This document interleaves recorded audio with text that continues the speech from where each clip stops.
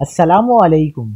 کراچی میں ڈاکوؤں نے یہ کیا کر دیا؟ شہر قائد میں اسٹریٹ کرائم کا جن بے قابو، لرزہ خیز وارداتوں سے شہری پریشان۔ کیا آپ حالات حاضرہ سے آگاہی حاصل کرنا چاہتے ہیں؟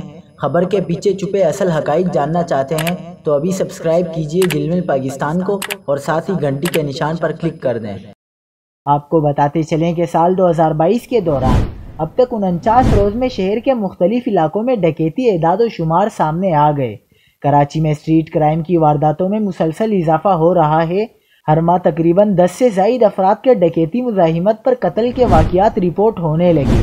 گزشتہ ماہ جنوری میں ڈکیتی مزاحمت پر 10 افراد کو گولیاں مار کر قتل کیا گیا، جبکہ 3 پولیس اہلکار، نیوی ریٹائرڈ افسر، خواتین، بچے سمیت 98 افراد زخمی ہوئے تھے۔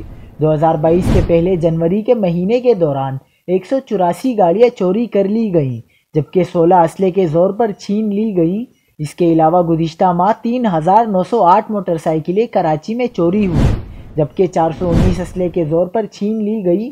2500 موبائل فونز چھیننے کی وارداتیں صرف ماہ جنوری میں رپورٹ ہوئیں، جبکہ اس ماہ فروری میں اب تک 7 ہلاکتیں ڈکیتی مزاحمت کے دوران ہیں اور جنوری میں 10 ہلاکتیں ڈکیتی مزاحمت پر ہوئی تھی۔